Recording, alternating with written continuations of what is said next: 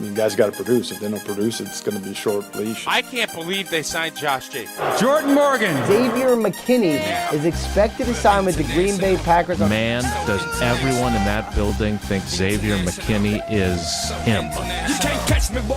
Touchdown, Green Bay. For the end zone, caught, touchdown. It's Christian Watson with the score. Jordan Love to Dontavian Wicks for the score. I want to vomit every time I hear number one receiver. The Green Bay Packers have had an easier time replacing Aaron Rodgers than they have replacing Mason Crosby. How do these guys handle adversity in an NFL season again when it hits? Give it to the Green Bay Packers. I've said repeatedly that I think they're 11-6, 12-5 team. I think we're winning 12 games this year. Next year, I fully intend on picking them to win it all. This year, no. He's gone. What a catch.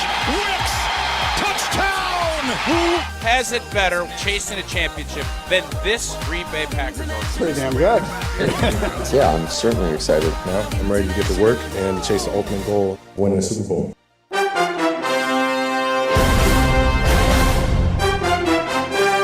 Oh, man. I don't know how that doesn't get you fired up. It's game day for the Green Bay Packers here on your Friday, September 6th, 2024. We have made it. Green Bay Packers, Philadelphia Eagles, the first ever game in Sao Paulo, Brazil tonight on Peacock. The Eagles currently listed as 2.5-point favorites. But who gives a damn? Who gives a damn about the spread? Who gives a damn about the over-under? Football is back. The Green Bay Packers are back. You heard it at the beginning, Jair Alexander. The pack is back. Yeah, baby. Come on. Come on. We've waited all off season for. Packers, Eagles tonight. So we are recording Mr. Relevant. If you're watching live, ESPN Madison on YouTube and Facebook, 8 a.m. this Friday morning, or if you're watching on the rewatch, 12:30 p.m. Central Time on ESPN Milwaukee. We've spent a lot of time, waiting to get here. Discussing the kicker. Discussing the backup quarterback. Discussing the new defensive coordinator. And I'm happy to report none of it matters anymore. None of it matters anymore. Until it does. But the thing we've been waiting to see, we're going to see tonight. And that is the Packers offense. That is the Packers' new defense with Jeff Hafley. That is Rashawn Gary and Jordan Love and Josh Jacobs and Xavier McKinney. And all the young receivers. We finally get to see what it looks like in 2024, and that begins tonight. Week 1 matchup with the Philadelphia Eagles. We'll dive a ton into it coming up. But the NFL season underway with a bang. Chiefs beat the Ravens last night 27-20 as they look for the three-peat. And really, it wasn't even 27-20. It was just about 26-27 with the 2-point conversion to win the game. But Isaiah Likely's toe was at the outside of the back of the end zone. The score at the end of regulation didn't count, and the Chiefs survive and advance to 1-0 on the season, winning over the Baltimore Ravens. Same score differential as the AFC Championship game from a year ago, 7 points. I said it yesterday with Joshy.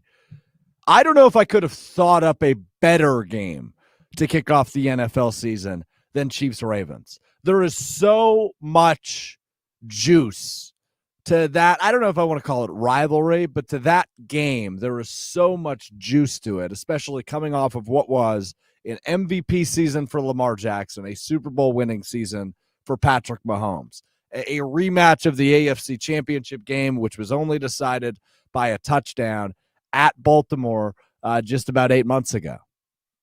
So I don't know that there was a better way to kick off the season, and that game freaking delivered, right? Trading blows in the first quarter, a Derrick Henry touchdown, a Xavier Worthy rushing touchdown, showing off that speed, which, by the way, ridiculous. I don't know why we allowed the Kansas City Chiefs to get the fastest man in NFL Combine history. Like, that's almost unfair for a team that has won back-to-back Super Bowls to hang on to Xavier Worthy. They are going to be a really fun offense, and Worthy, situations matter so much in the NFL. Worthy finding himself in a really good one. I think that will ultimately lead to a nice, at least beginning of his NFL career for him. So you have the offense is trading blows early, and then the defenses step up. You have a couple of turnovers, you have a couple of 3-and-outs, and then Mahomes continues to work in the second half. Then all of a sudden, Lamar Jackson starts working in the second half, and Isaiah Likely was terrific, much better than the guy who technically starts in front of him, Mark Andrews. I mean, Isaiah Likely was amazing for Baltimore.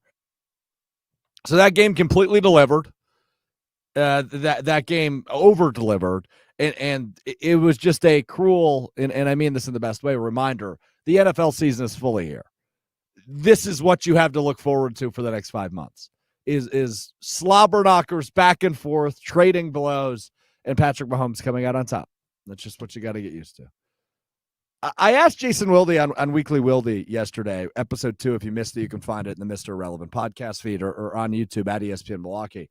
I asked Jason Wilde, do you like Kansas City or the field this year? Kansas City looking to become the first team in the Super Bowl era to win back-to-back-to-back, three-peat Super Bowl championships. It has not been done in the NFL since the Packers did it back in 1967, NFL championship, and then the first 2 Super Bowls. The team hasn't won 3 in a row in that long. And after last night, I have a hard time going, yeah, it's going to be easy to pick the field. It's hard for me to pick against Patrick Mahomes. And looking at how they played last night, no week 1 rust. The way they have implemented a kind of a new era of Chiefs offense, right? Rashee Rice and Isaiah Pacheco and now the aforementioned Xavier Worthy and of course Travis Kelce. Like, this team seemingly is going to be really good in 2024, and I'm sure they'll stumble at some point, but I have a really hard time picking against them. But opening night completely delivers. Want to go to producer Tiny Hands, Hunter Vaughn, who's back in the Everlight Solar Studio in downtown Madison. Hunter, I need to confirm you stayed awake for the entirety of this game because it was a late start due to the inclement weather, and it ended up going pretty late, past your bedtime. Did you make it to the end of the game last night between Kansas City and Baltimore? Well, luckily, the Prep Mania game, Wanakee at Monona Grove, took forever in the second half. We had like an hour and a half second half. So I was able to listen to Kevin Harlan on the call for Westwood 1. I got the Justin Tucker field goal at the end, and then the Chiefs drive, and I got home and watched Baltimore drive down the field. And my wife, we've talked about it, huge Travis Kelce fan now, so she was freaking out. And I'm like, yeah, this is why football's awesome. Like, you get to experience it. I'm like, this is the first game of the year, and you're freaking out over it. Like, this is why it's the best. This is why the NFL is the best league out there. It was so much fun, and yep, I stayed up for it, even though I knew we had an early morning today, and totally worth it. I really hope that as a neutral fan, because I'm kind of want both teams to tie tonight. Like, I hate the Eagles and I don't like the Packers. Like, I'm like, I really hope that this game can live up to the first game. I know that it won't, but if it even gets close and it's a 1-possession game, oh man, the NFL ratings are going to be incredible this year if you get the first 2 national games going down to the wire. Yeah, and we could transition to tonight because I believe tonight will be similar to last night. I don't know that it will be as high scoring as 27-20, but I think this will be a back and forth game. I think it's a really good test for both of these teams in week 1, and I don't think that is lost on either of these teams, despite, some of the issues and troubles and concerns people are having with playing the game in Brazil. I think both of these teams understand the stakes of tonight's game. This is, as Hunter just pointed out, this is a national spotlight game on a Friday night when the thirst for football is more than it typically is, because we've only had one game, and prior to yesterday, you had 0, right? I mean, yesterday was game 1 I always forget the numbers. A 272 or 265. It's somewhere in that range. The Packers and Eagles are game 2. They're the first game of NFC teams. And they are two teams who kind of had opposite years last year. Right? When you think about the Packers, and we do this thing where we break it into halves, right? The first half of the season, they were no good, 2-5. Despite winning in week 1 over the Bears, they then go 1-5 over their next 6. They get down to 2-5, and they find a way to kind of scratch and claw their way back in the second half of the season with big wins, right? I mean, beating Detroit on the road, beating Kansas City on a Sunday Night Football game, rattling off 3 straight wins at the end of the season to get into the postseason, beating Dallas on the road in the wild card round, and playing really well against San Francisco in the divisional round. Green Bay completely turned their season around last year. And as for Philadelphia, they did the exact opposite. They started the season 10-1. They had the best record in the NFL. It seemed like they were a shoo-in for not only the NFC East champion, but the number 1 seed in the NFC. And they go ahead and drop, I think it was 5 of their last 6, and lose the division. So they end up losing the division title to Dallas, who we know how their season ended up. And Philadelphia gets bounced in the first round of the playoffs. Like it was the complete opposite of the Packers season. But the thing both of these teams have in common is their season ended in disappointment. The Packers lost a game they probably shouldn't have to the San Francisco 49ers. Philadelphia was crap down the stretch and got bounced in the first round after going to the Super Bowl the year prior. So not only are these young and upcoming, exciting, explosive teams, these are teams with chips on their shoulder. These are teams with something to prove in 2024 in the NFC. And I think that is why Hunter and I, for the last several months since this game was announced and since the schedule came out, have emphasized the importance of this week 1 matchup. Because as much as it is just one of the 17, it also will be one of those games where in 15, 16 weeks, when we're looking at playoff seeding and playoff positioning, and we're trying to figure out what teams have to do to pass the other team or to put themselves in the best position in the postseason, I think we're going to look back at this one and go, man, if the Eagles would have beaten the Packers in week 1, this looks a little bit different. Or if the Packers would have beaten the Eagles in week 1, this looks a little bit different. So I think that's why the importance of this game has been emphasized by the two of us so much, Hunter, is because it really does matter. These are two teams that think they are Super Bowl good. These are two teams that think they are good enough to beat the 49ers, dethrone the 49ers, and eventually dethrone the Chiefs. The expectations are high in Philly. They are high in Wisconsin for the Green Bay Packers. And I think that's what makes this game so appealing, so appetizing, and so exciting. Despite you saying you don't think it will deliver to the level that Kansas City and Baltimore did last night, I think it certainly could. And this is a sexy, sexy matchup, and props to the schedule makers for doing what they did here in week 1. Yeah, I just, for whatever reason, I have a feeling that this is going to be a close game through the first 3 quarters, and then one of these two teams is going to pull away. Like, that's just the sense I get from the way that these teams are built with the running backs that they have. Like, somebody's just going to end up pulling away late in the game, maybe force a turnover that they get an easy touchdown off of, and suddenly it's a 2-score game, and that's just a really hard thing late in the game to try and come back from. So that's why I don't think it'll fully deliver to what we saw last night, going down to literally the last play. And, like, this is such an important game that I was literally going to ask you, what percentage would you give the likelihood that the first 2 games of the NFL season, we've just seen the preview for the AFC and NFC championship games to finish off the season? Yeah, it's a really good question, Hunter. I think there is a high possibility that these are the preview of the AFC and NFC championship games. But I don't want to undermine other teams that are vying for that spot. Right, I think specifically in both conferences, you probably have 2 or 3 other teams in each conference that could go, hey, we belong there. Right, specifically in the NFC, I'm thinking about San Francisco and Detroit, who played in that game a year ago. As for the AFC, it's hard for me to forget about Buffalo It's hard for me to forget about Cincinnati. I still think Houston has a chance to get there this year. So there are clearly other teams that are going to be jockeying for a spot in that championship game. But would I be shocked if in, what's the math on that, 4 months, these are the AFC and NFC championship games? No, I wouldn't be shocked. I think these are 4 of the top 8 best teams, 9 best teams in the NFL. So the schedule makers crush this. And we talked about it a bit yesterday with Joshy Hunter, but you weren't on with us yesterday. What the schedule makers were able to do this week is insane. And your team is part of that. Browns-Cowboys is America's game of the week on Fox this week.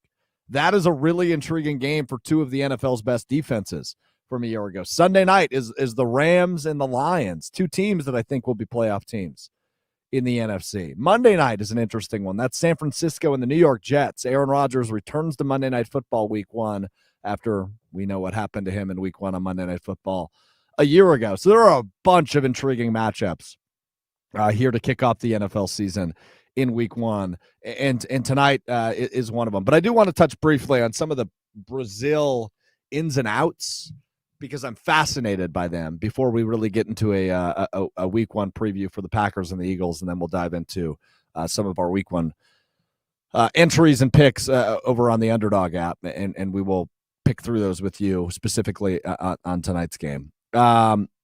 So something that was read is the Packers are going to have to travel in about an hour and a half or 2 hours because of heavy traffic to Corinthians Stadium out there in Sao Paulo, Brazil, which is kind of just another logistical nightmare. This game has come down to, at least from the outside perspective, because when you see the boots on the ground, when you see the ginormous fan base that the Packers have and the Eagles have in Brazil, it's really cool to see those fans get the opportunity, right? Like I've seen some footage of fans at the airport greeting each of their teams. And, I saw the press conferences that the Packers were doing in Brazil yesterday. It's a really cool opportunity for Brazilians to be this up close and personal to the NFL. And I know there's such a huge football fan base in Brazil, so I don't want to undermine that. But I think from, Eagles players going on podcasts and radio shows and talking about their nervousness and how they were told they can't leave their hotel room and how they can't really do a ton outside of go there, it's a business trip, play football, leave. And so I get that, right? Because when you think back to a few years ago, Matt LaFleur, the head coach of the Packers, was not happy about the Packers going to London mid-season to play the New York Giants. It was something he was negative about. He had a really crappy energy toward. And ultimately, the Packers played like a bunch of dudes who didn't want to be there. Aaron Rodgers ends up breaking his thumb, and we know what happened the rest of the season, which was Rodgers' final season as the quarterback of the Packers. This year, and I think it helps that it's week 1. It's not, sandwiched into the middle of the season for a 10.5-hour flight to Brazil like it was for the Packers this week. But LaFleur has a much better attitude, saying, hey, it's an honor to be here. There's a once-in-a-lifetime opportunity. It seems like the players, specifically on the Packers, are thrilled about the opportunity and grateful for the opportunity to play in Brazil, which is awesome. But it just seems like there is a better attitude, which will probably equate to a better product on the field than we saw a few years ago in London. So that part is a positive. But I think that when it comes to some of the logistics of this Brazil game, I think the NFL is viewing it as, hey, maybe we should have thought about this a little bit more. When it comes to some of the other concerns, the wildfires, the gang violence, everything else that goes on in Sao Paulo, it's being heavily criticized. And I don't know that that's fair, because I think what we're going to see tonight is a cool product and a really cool game and an amazing atmosphere in Sao Paulo. And that's been overshadowed a ton the last several weeks by some of the commentary around Brazil. So I think a lot of that will be dispelled tonight. I think we're going to see a really cool product, an awesome fan base, a really cool atmosphere for Packers Eagles, which is an awesome way to really kick off week 1 in the NFL following last night's game between the Chiefs and the Ravens. All right, we're going to take a break. When we come back, I do want to talk expectations for game 1 for the Green Bay Packers. Who's the X factor? What do you want to see coming in against the Eagles to open the season? Number 1 is the Packers get off to a fast start, but we'll talk more about that in just a second. First, got to tell you about my friends At Door County Distillery, locally produced, handcrafted, award-winning spirits made locally in beautiful Door County. It's football season, which for me means that's whiskey season, whether it is the 27-time gold medal award-winning single malt whiskey, the rye whiskey, or my personal favorite, the bourbon, or maybe it's something else. Maybe you're feeling the vodka, cherry vodka with Door County cherries, or just that awesome blue bottle of vodka. Could it be that classic green bottle of gin, or is it any of their great brandies to mix up in your old fashions? Whatever it is, choose Door County Distillery, locally produced, handcrafted, and award-winning spirits made locally in beautiful Door County. DoorCountyDistillery.com is the website. You can also scan the QR code on your screen to visit their huge list of unique cocktail recipes. Mix up something new. Mix up something great for the football season. Really kicking things off tonight out in Brazil. That's DoorCountyDistillery.com. We pause for 60 seconds. When we return, we take a look at expectations for game one for the Green Bay Packers. We take a look at Underdog. Picks for tonight's game? Let's get a pick'em entry in. We're going to knock that out. We're also going to wrap up the show as we always do with what we learned all ahead in 60 seconds. It's Mr. Relevant. I'm Alex Strouf. Where in the world is Door County Distillery today? It brings me to Sugar River Pizza, the legendary in Sun Prairie, Wisconsin. Let's go to the bar. Let's see what they've got. We're here in the beautiful bar at Sugar River Pizza in Sun Prairie. My guy Kyle just mixed me up a cherry brandy old fashioned with the cherry brandy from Door County Distillery. It's delicious. I tell you it all the time.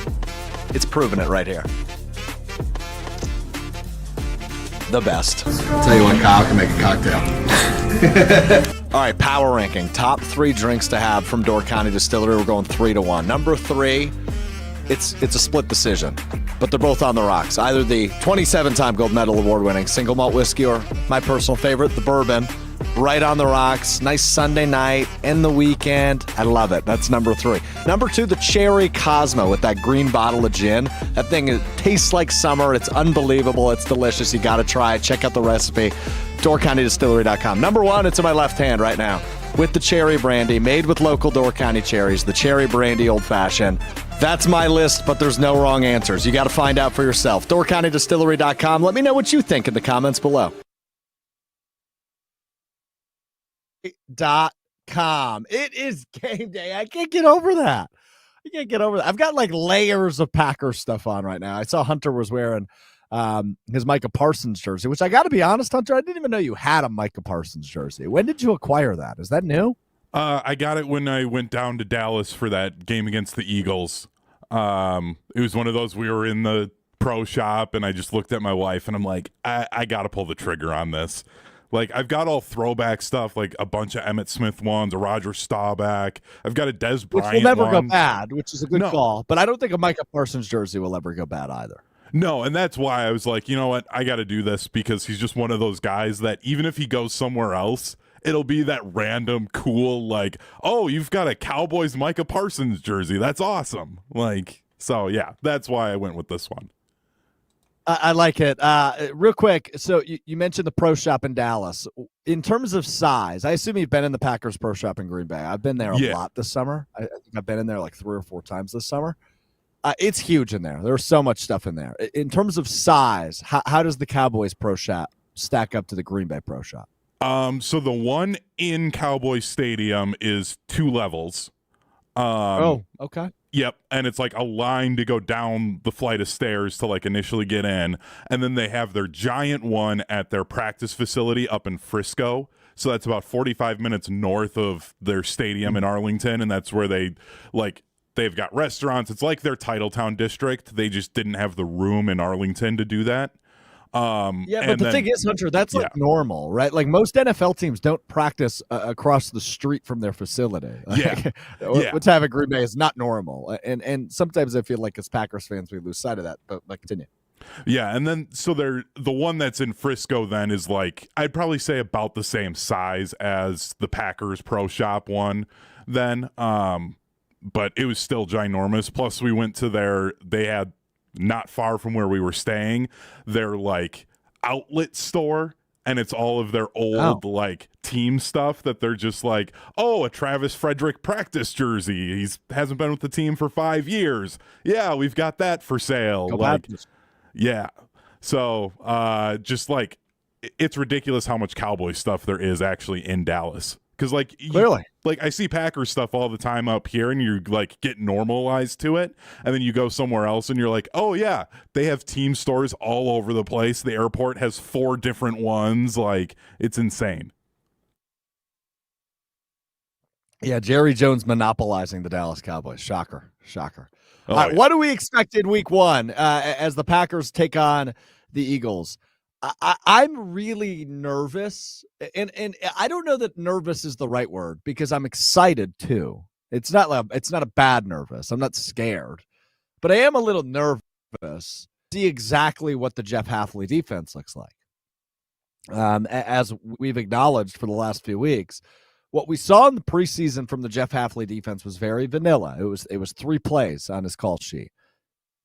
We didn't really see what the philosophy change was, what the schematic change. Like, we really didn't see that.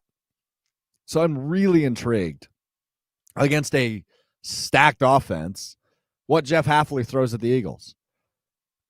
Could this be a game, because it's week 1, where the Eagles come out flat, but the Packers defense also comes out and punches them in the mouth and sets the tone early, and it's just Green Bay all game? Yeah, I do think that could happen. But could it be a game where it takes a bit to get things going defensively and it's more of a shootout? Yeah, I could also see that. I think the Packers offense is going to look sharp. That I do believe firmly. I really think the only concern for the Packers offensively is that right guard spot, which if used like Sean Ryan will get the start tonight at right guard for the Packers. First-round pick Jordan Morgan will likely be his backup. There was rumors they could go platoon style, so maybe Ryan for 2 drives and then Morgan for a drive and then back to Ryan for 2 drives. I don't think we're going to see that tonight. I think they're going to Ryan the whole game and create some continuity on that offensive line, because the other 4 positions, who's playing there, right? From left to right, it's Walker, Jenkins, Myers at center, and then right tackle will be Zach Tom. So you have continuity with those 4 positions, but I think tonight will be an opportunity to create continuity across all 5. So I would guess we see Sean Ryan. Tucker Kraft is questionable tonight for the Packers on their official injury report. So we may only see Luke Musgrave and Ben Sims at the tight end position, which some good opportunity for Luke Musgrave if there is no Tucker Kraft here in the opener in week number 1. Otherwise, the Packers are healthy, right? Marshawn Lloyd is questionable, but I don't know, and Emmanuel Wilson is as well. So I don't know how much of an impact those guys will make. This could be just the Josh Jacobs show, but he's a workhorse. That's a guy you attach your wagon to and say, go ahead, man, go for it. And in week 1, I would love to see a heavy dosage of Josh Jacobs. But the MVP campaign begins tonight for Jordan Love, and I don't think he takes that lightly. He realizes the contract he got in the offseason. He realizes the weapons he has around them, and he understands the way they elevated him, but he also elevated them in the back half of last season. So I think the Packers are going to attack heavily through the air, and I think Josh Jacobs will also be involved in that. A stat I brought up a few months ago that has kind of been lost in the shuffle here is in week 1 excitement is Josh Jacobs is 6 receptions away from becoming the pass catcher in NFL history with the most catches never scoring a touchdown. Josh Jacobs has never scored a receiving touchdown in the regular season. He is 6 catches away from breaking the NFL record for most receptions without a touchdown. So Jordan Love probably looking to break that possibility early with a passing touchdown to Josh Jacobs. I think this Packers offense is going to sling it. I think they're going to hold no remorse and hold nothing back, pull no punches here in week 1. That's something they did a lot of in the first half of last season, was pull punches and shortening the playbook. I don't anticipate that tonight against Philadelphia. This is year 2 under Love. This is year 2 of a lot of these skill position guys. There's no reason to hold back for Matt LaFleur. LaFleur is back to, he took 1 year off from this, but he is back to expecting to win 12 games. Expecting to win 13 games, to be one of, if not the best team in the NFC, and to compete for a Super Bowl. That's how LaFleur's tenure in Green Bay started. That's how it continued with MVP Aaron Rodgers. 1 year where they go, this is a rebuild. They win a playoff game in that year. That was last year. And now this year, the target is right back on their back. So I think this offense is going to come out and slinging it and be slinging it and be doing some really creative, fun stuff with guys like Jaden Reed and Dontavian Wicks. And defensively, I just really don't know what to expect. It could take a minute for things to get going, or it could be all of a sudden, quickly, the Packers defense is punching the Eagles offense in the mouth. Frankly, I believe the Packers are going to win tonight. I think this is going to be a set-the-tone win for what the 2024 season looks like. I think it is close. I think it is similarly to last night. It comes down to one position and likely the final drive. But I think the Packers do walk away with a win tonight. I think this offense just was humming too well at the end of last season, and clearly it continued into the preseason with them only playing 3 snaps and scoring a big touchdown. So I think the Packers' offense comes in and punches the Eagles in the mouth.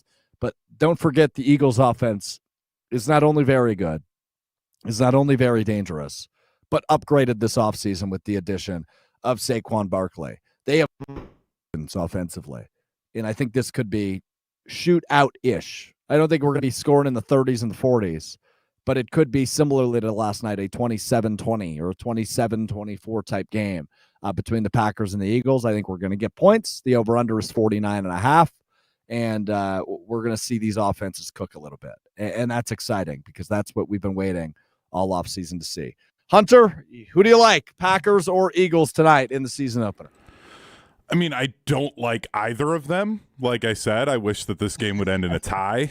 But I think it's going to be like 24-21 Packers. I know I said earlier that a team's going to pull away, but like to go on record and say, oh yeah, the Packers are going to win by 2 touchdowns or something just feels too ridiculous. So I'm kind of hedging my bet saying that it's going to be a tighter game, even though this could get out of hand at the end, but more than likely it is going to be a close game. Like, there's just both of these offenses are so good and so talented. Like, I just keep thinking about for the Packers defense, like, how do you handle A.J. Brown and Devontae Smith? Like, handling one of those guys is fine, but both of them is going to be tough. Jair can only cover one receiver. Real quick, yeah, you're right? Jair will likely be matched up with A.J. Brown. That's something he always asked for with Joe Barry and didn't always receive. Jeff Hafley is a player's coach. That's very evident through his first 6 or so months in his tenure as the Packers defensive coordinator. I would imagine, Hunter, Jair is going to shadow Brown for most of the game, which leaves Eric Stokes on Devontae Smith. And I don't know how confident that makes everybody, because Eric Stokes is a guy who I think if we did a list of the Packers with most to prove in 2024, Eric Stokes is probably in the top 5.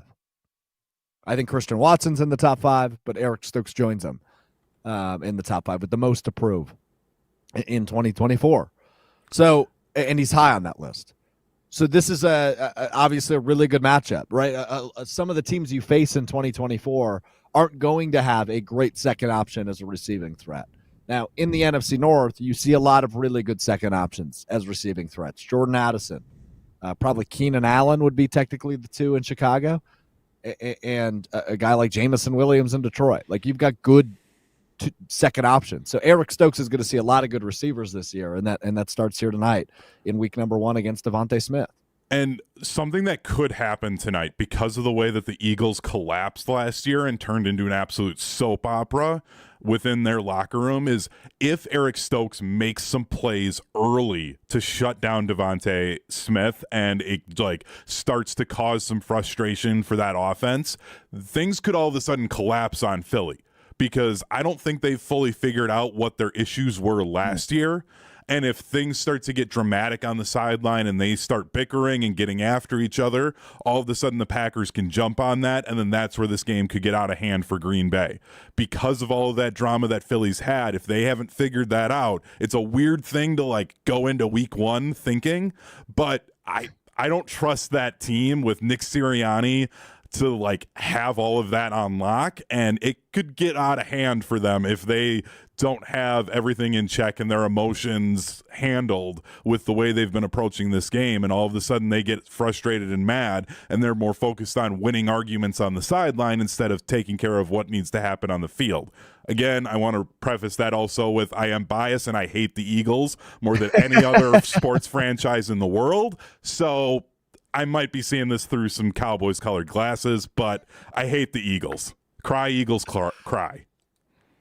There you go. There's Hunter Vaughn with this selection and analysis on tonight's game. All right, I want to turn your attention over to Underdog, UnderdogFantasy.com. Let's make a pick'em selection ahead of tonight's game on Underdog. You can use promo code Good Karma. Get up to $1,000 in bonus cash and a free pick on the Underdog app when you use promo code Good Karma at sign up. Join me. Play along with me all football season long. We are looking specifically and only at tonight's game between the Packers and the Eagles. Now, in Underdog, you do have to make a selection from two separate teams. So I will have to make an Eagles pick and a Packers pick, but we'll start with the Eagles quarterback, Jalen Hurts, who I believe will throw under 32.5 passing attempts. I do not think he will throw the ball 33 or more times. So I will pick a lower on 32.5 passing attempts. J Love, 1.5 passing touchdowns, higher or lower. It is really intriguing to me, but I think the easy pick for Jordan Love is higher than 7.5 rushing yards. I feel like he's just going to have, more than a rush over that. Let's go down to some of these skill position players. Who do we think will touchdown score? And one of my favorite things on the Underdog app is you can actually predict the first TD scorer. And that is a scorcher, so you can super elevate, your payout on the pick'em entry that you submit. Do we think it will be maybe Josh Jacobs as the first TD scorer? I don't know if I'm sold on that. I'm trying to think who I really like in that spot, Hunter. I think it could be Jacobs, or it could be maybe a Jaden Reed. Those are the two that are in my head as the first TD scorer tonight in Eagles-Packers. I think the Packers will score first. Yeah, as you were scrolling down, as soon as I saw Jaden Reed, I was like, ooh, that might be the pick. Like, let's do it. Let's yeah, I like that one. Let's do Jaden Reed as the first TD scorer, higher, obviously, at 5.41 times scorcher. So our entry right now, Jalen Hurts lower than 32.5 passing attempts, Jordan Love higher than 7.5 rushing yards, and Jaden Reed, the first TD scorer. I am going to let's throw $20 on that. And that would give you a payout, if all three are correct, of $649. Nice. With a $20 entry on the Underdog app. It is placed. We're playing for $650 tonight on the Underdog app. Promo code Good Karma, available in over 30 states. Use promo code Good Karma at sign up. You get up to $1,000 in bonus cash and a free pick on the Underdog app. Let's win some money this football season. Promo code Good Karma, GOODKARMA, all one word at sign up on the Underdog app.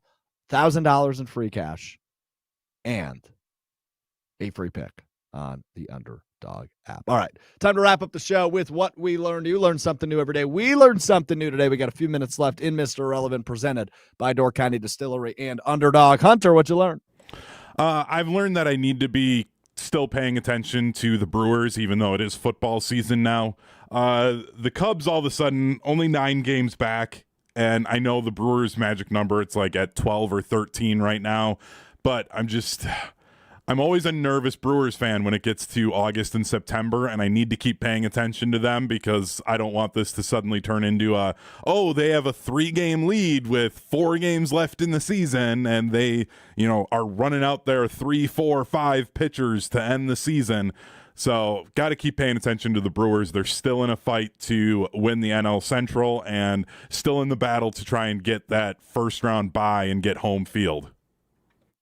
Yeah, I mean, it is. We are in the fun stretch of baseball season, which is a tough time for football season to start, especially when you're cheering for a first place team, like the Brewers are. Man, they have been really entertaining this year. Hunter and I have talked a ton about them here on Mr. Irrelevant, and yeah, you got to keep one eye open on the Brewers. I'm not going to today, but rest of the weekend I will have an eye on the Brewers because it is all about the green and gold for me today. But they are still in a fun race, man. They could still get the 1 seed. I don't think there's any chance they blow this division lead, but the Cubs have been playing better, and that could be a wild card team. And if the Brewers are in the wild card, you can spell out the rest. We could see Craig Counsell and the Cubs versus the Brewers in the wild card round, which I welcome, might I add. I welcome that matchup if it comes to that. What I learned is even if things are going right, you still might get a bad look. The Kansas City Chiefs winning in the opener last night over the Baltimore Ravens. But ironically, on the day of the season opener, the sentencing slammed down for superfan Chiefsaholic, who was sentenced for multiple armed robberies. If you don't know this story, just search Chiefsaholic Google. It is a man who dressed up as a wolf and was a mega Chiefs fan, showed up to every game for years and years in a full-blown wolf costume, like furry style, with a Chiefs jersey on. And he entered a plea deal back in February where he admitted to doing more than 11 robberies and profiting over $800,000. And he has been sentenced to 17 and a half years in prison. So despite when things are going good, you might still get a weird look, just like the Kansas City Chiefs might be getting a weird look for essentially their biggest super fan going to prison for 17 and a half years. Wild story. He got replaced by Taylor Swift. So they just upped it to a bunch bigger super fan. Yeah, that's a really good point by you, actually. Yeah, Taylor Swift, a little bit bigger of a deal than Chiefsaholic, who's going to prison for 17 and a half years. We are back with you Monday, beginning at 12:30. We will break down everything from week 1 of the NFL season, including the Green Bay Packers game here on Friday night. But would like to remind you, if you are new to Mr. Relevant, or you're new to knowing who I am, I'm Alex Strouf, Hunter Vaughn with me. I want to remind you that during the football season, I have the coolest opportunity professionally that I've ever had, right? It's something I do not take for granted. I just enjoy the hell out of, and that is doing our pregame coverage on Green Bay Game Day, on ESPN Milwaukee, ESPN Madison, and the biggest stick in the state, the most legendary radio station in the state of Wisconsin, 620 WTMJ. Before every Packers game, I have the opportunity to be our host on Green Bay Game Day.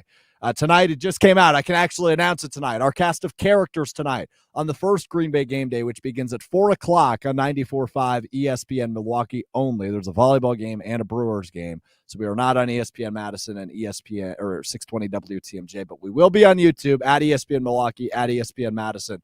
Joining me tonight, you hear him on Jen, Gabe, and Chewy weekday mornings from 7 to 9. Gabe Neitzel will join me tonight.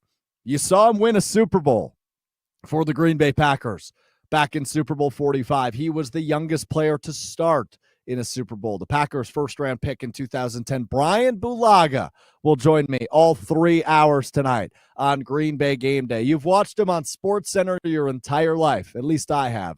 Also the pride of Green Bay. He can share that title with me. John Anderson from ESPN will join us all 3 hours tonight. Gabe Neitzel, Brian Bulaga, John Anderson, and myself with you beginning at 4 o'clock Central on Green Bay Game Day. Rob Demovsky will stop by. Will stop by, and we will lead you right up to kickoff between the Packers and the Eagles on Peacock at 7:15. 4 to 7:15 tonight. It is Green Bay Game Day on ESPN Wisconsin. Looking forward to that. Looking forward to our cast of characters this season on that show. And really, it's a really cool opportunity for me. So if you are getting ready for the game tonight, please join us on ESPN Milwaukee. It is Green Bay Game Day beginning at 4 o'clock Central Time, and 2 o'clock for you, those of you on the West Coast, 5 o'clock Eastern for those of you on the East Coast. That will do it for us today. Back with you Monday at 12:30 here on Mr. Relevant, presented by Door County Distillery and Underdog Fantasy. Make some money on Underdog this weekend. Enjoy the football. Drink, eat your hearts away. We'll talk to you on Monday. It's Mr. Relevant. I'm Alex Strouf. Peace.